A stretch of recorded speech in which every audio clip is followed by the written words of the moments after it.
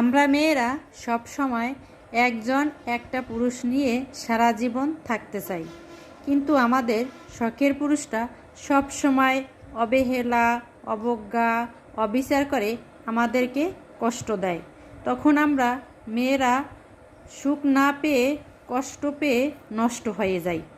আর এই নষ্ট হওয়ার পিছনে মূলত একমাত্রই পুরুষেরা দায়ী। আর মেয়েদের নষ্ট হওয়ার পিছনের কারণটা সমাজ কখনোই জানতে চায় না। সবসময় মেয়েদেরকে অপরাধী এবং দোষ দেয়, আর মেয়েদেরকে নষ্ট নারী হিসেবে উপাধি দেওয়া হয়। কিন্তু সমাজ পুরুষের দোষটা কখনোই চোখে দেখে না। বাস্তবতার সাথে মিলিয়ে দেখেন। ভিডিওটা ভালো লাগলে লাইক, কমেন্ট, শেয়ার।